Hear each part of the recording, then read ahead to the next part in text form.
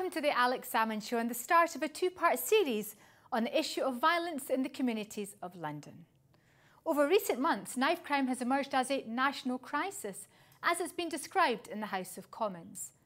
Although serious violence afflicting many communities is not new, it has reached a tipping point over the last year as figures surge to their highest levels for more than a decade. On a daily basis, our television screens and newspapers have been full of details of the latest mindless killings. In today's show, we report on the Home Secretary's speech of this week and ask, does it contain the new approach necessary to finally get to grips with knife crime? This is how he previously explained the new approach in the House of Commons. The public health approach, which is something I announced towards the end of last year, and that again was through listening to experience from both other parts of the UK, from other countries as well, who have also seen a similar rise in serious violence. And I think we should learn from wherever we can, and I think it is important to have such an approach which requires all government departments, all agencies of government to treat serious violence as the way we would treat, for example, a disease, to prioritise it and to make it a statutory duty. We also asked London MEP Claude Moraes to provide a response from Labour. This pioneering approach that the Home Secretary was talking about, you know, it was pioneered in Scotland quite a while ago, and if I have one small criticism is that the government have come to this a little bit late, but at least they've done it because this is such a serious issue. However, prominent anti-violence campaigner Dr. Mark Prince questions whether any politician has thus far shown the right approach.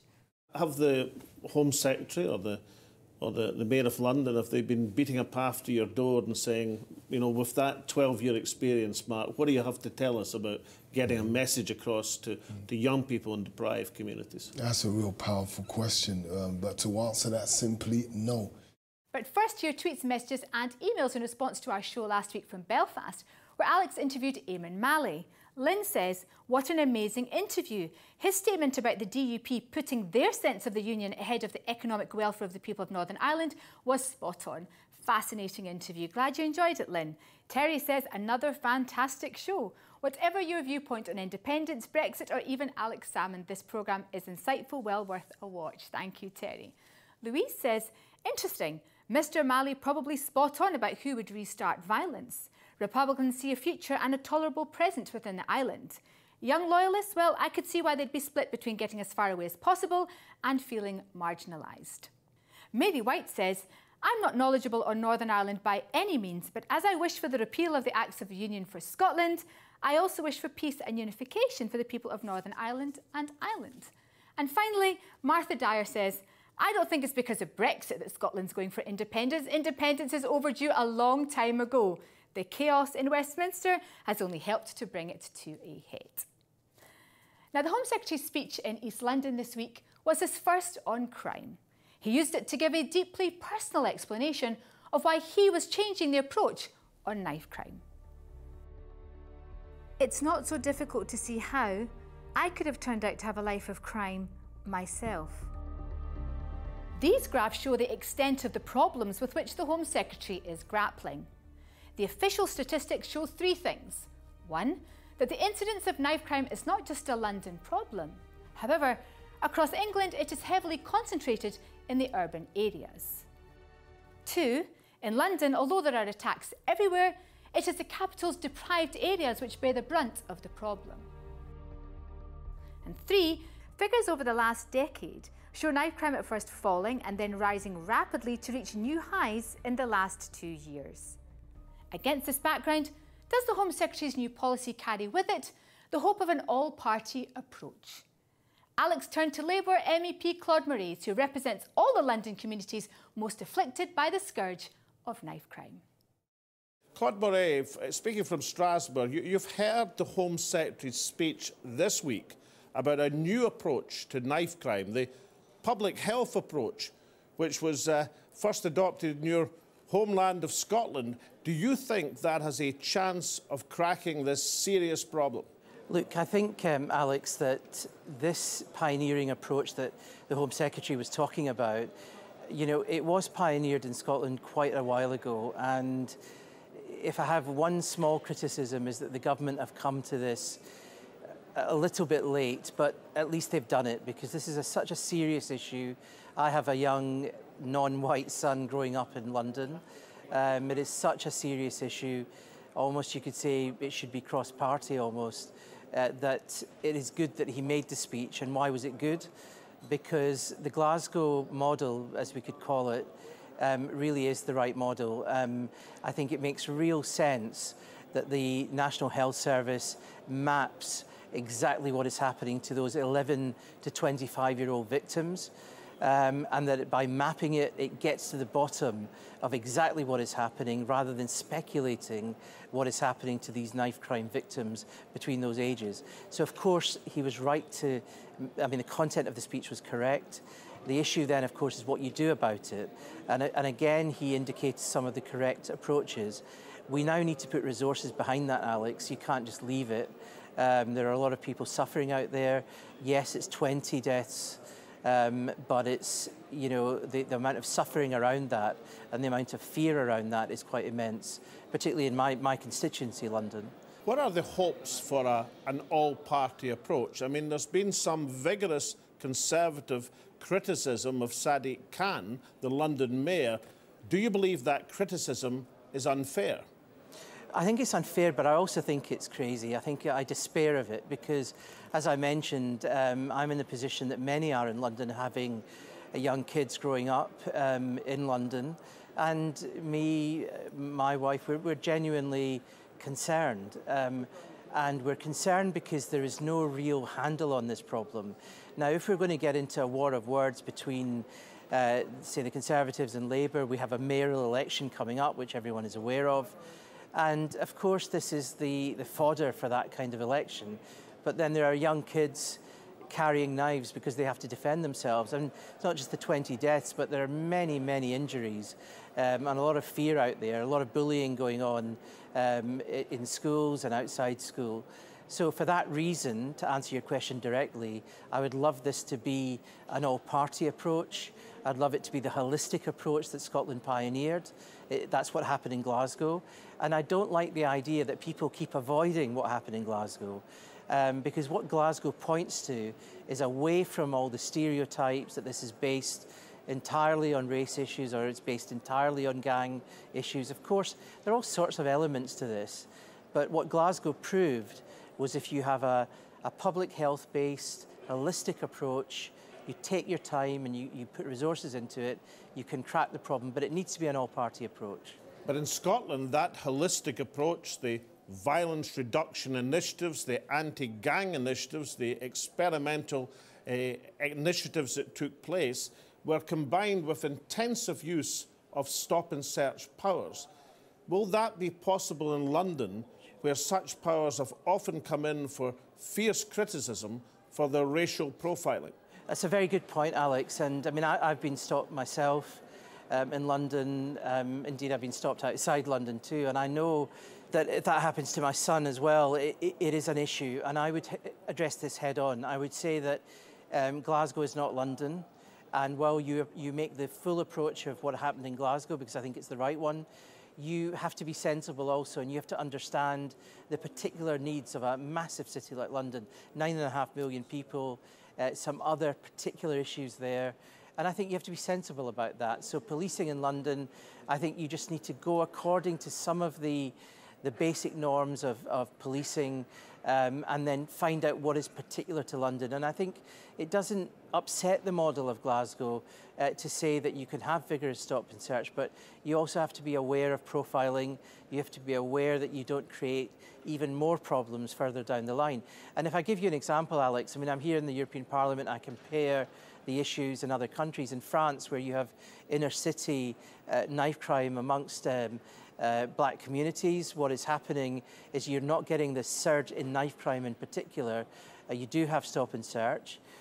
So there are other models, and I think we can, with the effort, we can get round this really thorny problem of stop and search as one element to dealing with this. Claude Moretz, as a BME parliamentarian yourself, what message would you give to ethnic communities in London who perhaps fear that they've been left behind in the capital's prosperity? And in the Scottish approach, the use of the community payback, the seizing of assets of organised crime and devoting them to youth and community facilities, is there a lesson there for London? I mean, I think, you know, people should really delve into this community cashback issue in Glasgow. There is organised crime in London, and if you say to communities, particularly BME communities, that this money is going to go back into youth empowerment, into those communities, that is a terrific message. And I would say that as a European politician, where that has happened in the really tough areas in Italy, in other urban areas, where we've had laws for confiscation and ensuring that very tough organised crime pay back to the community, it has really provided strength to the community, and it has reduced violent crime. In those cases, gun crime and so on, but here in Scotland and of course hopefully in London it will be knife crime. So this is a terrific message to send. So I know that this can work, but again it will be a particular London version, but really we need to look at Glasgow. Let's look at Glasgow. That's the key word, and the Home Secretary is finally doing it. So let's do it, get on with it, put the resources behind it. And finally, Claude Moraes, looking at the London boroughs, which you represent, where the highest instance of knife crime has occurred, Haringey, Newham, Brent, Lambeth, Tower Hamlets, is this a social and economic issue as well as a crime and policing issue? I think it is a socio-economic issue, Alex, and I think that, again, with the Glasgow project, I think you have to understand that we shouldn't shy away from those traditional issues of socio-economic background. It's become a kind of fashion almost to say that's got nothing to do with anything, but it has got a lot to do with it. And, you know, there are some more prosperous areas where some of this will not happen. Now, we have to be careful about it. We have to understand what is happening, which is why I like, again, the Glasgow approach, because it's based on public health, it's mapping it out in the NHS, it's getting to vulnerable youngsters when they're in that vulnerable state, when they have been attacked, so you have those teaching moments. Then you extrapolate after that, as they did in Glasgow. I mean, you know better than anyone, Alex, but as they then look at these wider demographic issues. Now, the problem is we're doing it the other way around at the moment in London and elsewhere. We're saying, oh, it's all gangland, it's these particular boroughs, and look at what they've got in common. Wink, wink, say no more. That is a problem, because that's a stereotype and it's not actually reducing knife crime. It's not helping us. So the evidence is there. We need a different approach. Let's look at where we were successful. You know, Glasgow will not map directly onto London. Let's be subtle about it, but it's definitely the way forward. Claude Moraes, speaking from Strasbourg, thank you very much indeed. Coming up after the break, Alex speaks to Dr. Mark Prince, OBE, someone who reacted to his son's murder, not by seeking vengeance, but by embarking on a campaign to reduce the level of violence in the communities in which he grew up. We'll see you then. Welcome back. Now, we've heard from the politicians on knife crime. However, what is the reality on the ground in the deprived areas of London? Alex speaks now to leading campaigner Dr. Mark Prince on his decade-long battle against the violence afflicting his communities. Mark Prince found his salvation in boxing. Acceptance of the sports discipline turned his life around, from one of petty crime to huge effort and endeavour. In a spectacularly successful career, he won intercontinental titles at WBO and IBF level. Tragedy struck, however, in 2006, when his young son, Kyan, was killed in a knife attack at school. In this week's show, he tells us how he channeled his grief into campaigning against community violence and why public policy has to catch up with the realities of young people's lives. Although he received an OBE in recognition for his campaigning just this year, he reveals that no elected politician, from the Mayor of London to the Home Secretary as yet, has sought out his advice on how best to promote the anti-violence message. Who are we? Champions! Who are we? Champions! Who are we? Champions! Who are we? Champions! Mark, welcome to the Alex Salmond Show. Hey, it's my pleasure to be here. Thank you for having me on.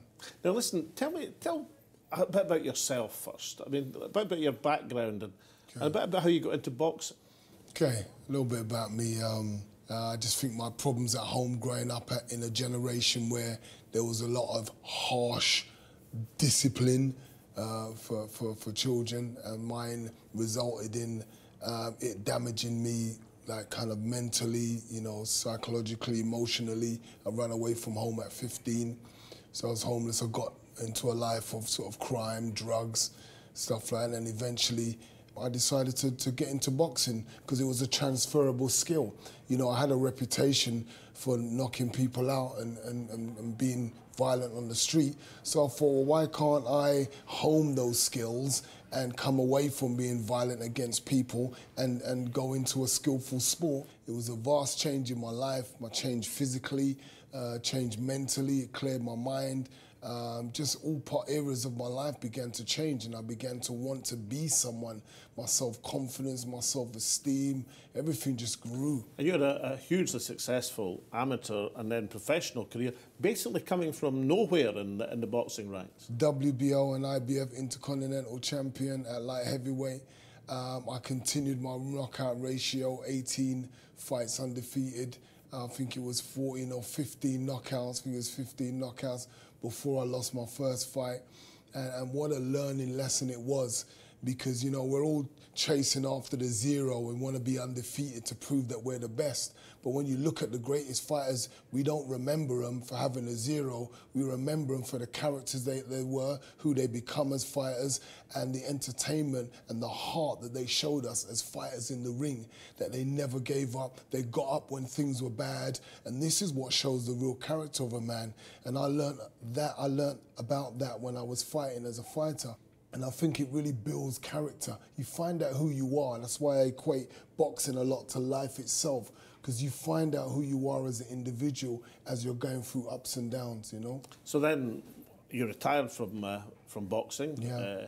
Retired through injury. Early injury. But emerged into a transformed existence, a family man. You've got two wonderful children. Yeah. And then in 2006, tragedy struck. Yeah. Can you tell us about that? You can only imagine what it was like when the phone got picked up and my oldest daughter, Tanisa, who's now 31 with her, giving me a beautiful grandson, Akai. She tells me over the phone that Kyan's been stabbed. She's got news from the school, and she finds out that my son's been stabbed, and obviously she's hysterical. I'm trying to stay calm, but my mind's just going crazy with all kind of thoughts. But I don't know enough, so that calmness and that professionalism in me tries to kick in and just tries to control me, to be calm, don't go crazy, go and pick her up, let's find out what to do next, and we'll take it step by step. So that was my thought process, but during this process, I also said a prayer, which was quite profound, this prayer. I said openly when my daughter could hear me in the back of the seat, God, save my son. Don't let my son die. Don't let my son be killed. And then I quietly said, but if he dies, help me to accept it. I don't know where that came from. It came from inside of me, and I said it, but not so my daughter could hear. And then I started my journey. But little did I know the power of those few quiet words was going to have on the impact of what I was about to go through. Now, Kyan had been killed at school trying to break up a fight, trying to act as a peacemaker in the fight. And, that's correct. And had been killed as a result. Now, the loss of a child, but particularly the loss of a child under these circumstances, it must have been the most body-wrenching blow for any parent. Yeah, I don't know if I could get you to fully understand, or anyone listening to fully understand how deep this was, and how I found out that there's a fine bridge between sanity and insanity. There's a fine bridge between you living and you wanting to die. People that commit suicide, there's a fine bridge between you just not caring about your life at all and are willing to kill somebody just to try and give yourself some form of relief from the pain that you're feeling, that starts building up inside you and showing itself up physically. an emotional pain showing up physically where you start passing out. And when you go to the hospital, they're telling you that we can't find anything wrong with you. It's the trauma that you've been through because they've seen you on the news, they've seen what's happened, and they've recognised what the effect it's having on you. Mark, tell me what kind of lad. I know that he was a talented footballer. I've seen the pictures. But let's go into what he was as a person, because this is what I share with young people. As a person, Kayam was very calm, very laid back. What surprised me is that he didn't even go on about him being a top striker for Queen's Park Rangers, him being on the books with Queen Park. He wouldn't go boasting about it. So he was... He's a really nice guy. He was just a regular, nice young person. Listen to the headmaster talk about him when we went to get his awards at his school ceremony, that he's a role model to all the other children. Now, I'm looking at my son thinking, wow, I didn't get none of that when I was in school. To hear my son getting these accolades from teachers when teachers told me I wouldn't amount to much, and hearing that my son's amounting to everything that I want him to amount to, that meant so much to me. So, and Kayam was 15? 15 years old. Very, very calm, lovely guy, loved his music. Just a regular teenager, man. So what was the moment that, can you share with us, when you decided that the way to acknowledge, accept and commemorate Kayam's death was through the launch of something to improve the lives of others? Very early on. I wasn't fixed very early on. I was very angry very early on. I didn't get it all right, but throughout even the anger that I was suffering, I would always get moments of inspiration where I felt that my son could never have died for no reason. He could never just be gone and that's it. So the Kind Prince Foundation, the KPF, as it's well known as. So how many youngsters over the last decade have received and gone through this messaging from the organisation? 84,000 young people since we began from 2007 to 2019. That's amazing. Now, in terms of recognition, I mean, this year you received an OBE, a tremendous accolade for the work you've done. Yeah. What I'm interested in, out with that very welcome recognition, have the Home Secretary or the Mayor of London, have they been beating a path to your door and saying, you know, with that 12-year experience, Mark, what do you have to tell us about getting a message across to young people in deprived communities? That's a real powerful question, but to answer that simply, no. The people, the leadership in charge haven't shown that this is their focus to resolve this issue, or that is common sense to focus on getting in contact with somebody who has sacrificed their life and have made changes, seen the difference and evidence it, and can obviously come back and show them what is working and what isn't working. And Mark, you're a successful author now with the Prince of Peace. Why the title, the Prince of Peace? It's a powerful title. It's a powerful title. Peace is the right word. That's a great message to send out. And that's why being the Prince of Peace is because I set the example. I set the trend. In my neck of the woods, in my hood, there was expected that I would get back and have revenge on the person that killed my son. But I gave peace and love and forgiveness back, and I think that's the right title for the book, Prince of Peace. Do you think your message has a wider community impact? I definitely think my message has impacted the community.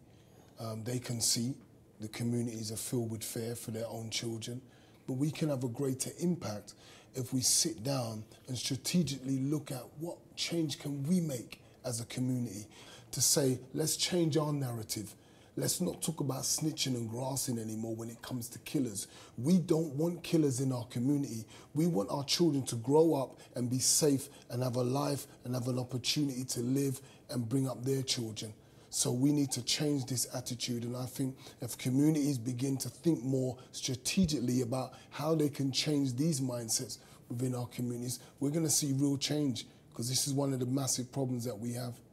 If you take an initiative like Stop and Search, which certainly on our experience in Scotland, we know is very much only part, but part of an approach. Yeah. It's not the question of whether it should be done. Yeah. It's how it's done. It's how it should be done, not whether. We should not be upset because the police are stopping and searching. If young people are carrying knives, then I want them searched. And I teach my son that, listen, you know that a lot of young people are carrying knives, so if you go out, expect the police to stop and search you because they need to be doing their job. So I need you to conduct yourself as a civilized, calm individual to go along with what's happening. Take pictures, make sure you've got your form filled in and they've signed it. Go through the right process and make sure they're being respectful to you, because I think that we need to begin to action that and report police who aren't doing their job right. Mark, you're taking this message nationwide in the Inspiring Future Champions campaign. Tell me a bit about that. It's exciting. We go in the schools, we inspire these young people by being the self-evidence model of what they need to see in themselves. So I lived that life. I messed up, made mistakes, turned my life around, became #1 in Britain. That same potential is within them. It might not be boxing, it'll be something else. What it does, it gets them to believe in themselves, it empowers them, they want to become better.